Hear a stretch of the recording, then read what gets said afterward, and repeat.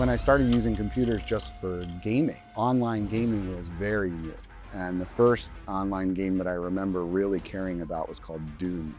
Using your modem, you could call up a Doom server and you could have multiple people running around in the same universe. And it's the first time I had this notion of what is latency? How do you get no lag? Well, of course, you host your own Doom server. Let's build a server and I'll figure out how it works and we'll run our own server.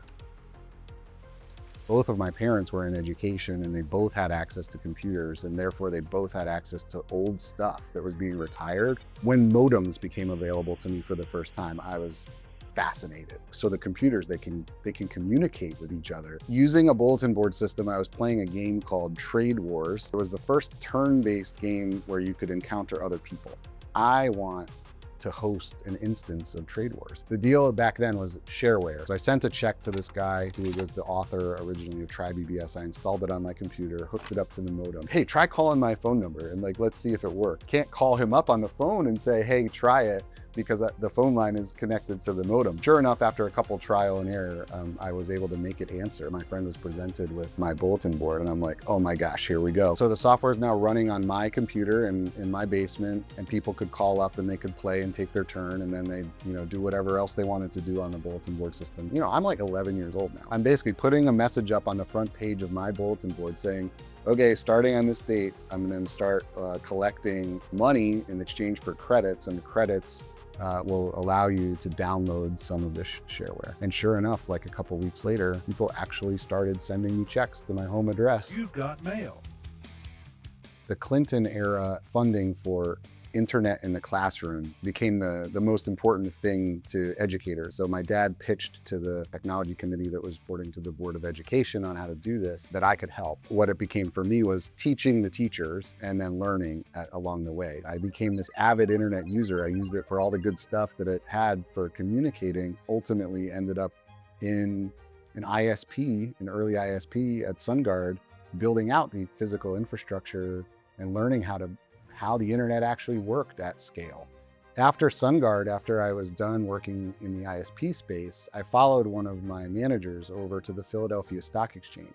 But I got bored in that role really quick. And I joined GETCO in 2009. I'm suddenly now not only using one exchange, GETCO's infrastructure is connecting to all of the electronic exchanges all over the world.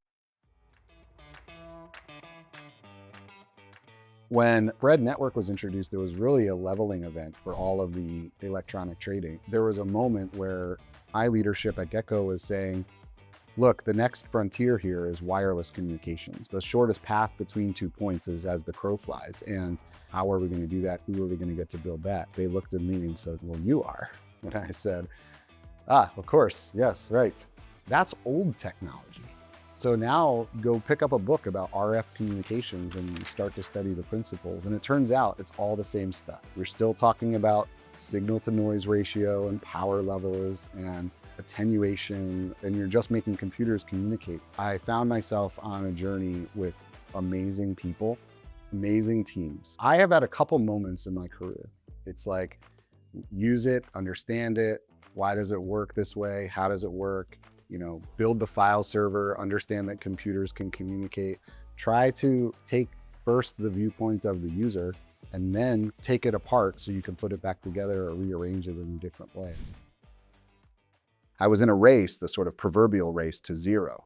You needed to get faster or you were losing trades. It's difficult to explain just how exciting it was for an infrastructure person to be involved in the HFT race between 2009 and 2024. I worked with incredible teams at both GETCO and Jump Trading, right? 7.5 years roughly at each. The most talented, motivated people. I really couldn't even contemplate a career pivot that would be nearly as much fun as what I'd been doing for the last 15 years. I admittedly wanted to take a break.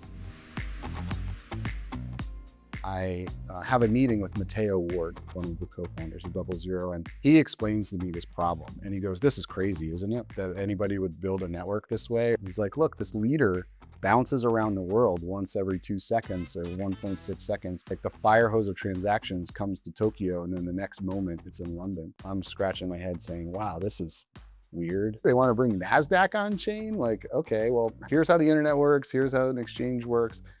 And I start to get this like kind of a shot in my arm of like, Oh, I kind of like this. I kind of like what I'm hearing here. At the end of September 2024, not 3 weeks into our sort of full-time employment, we had some ideas about how this thing was going to come together, and we weren't sure. We found ourselves at the Breakpoint conference. He stood at a whiteboard there where he was showing me the topology, and I'm looking at it and I'm going like, I think this might actually work. That was pretty much the aha moment. Like, we could actually do this. We could actually pull this thing off. We've been building sort of privately to launch the product. And the week after we launched, we flipped the switch to open source. That's it, man. Now I can talk about it. I can talk about everything. I'm just playing a game.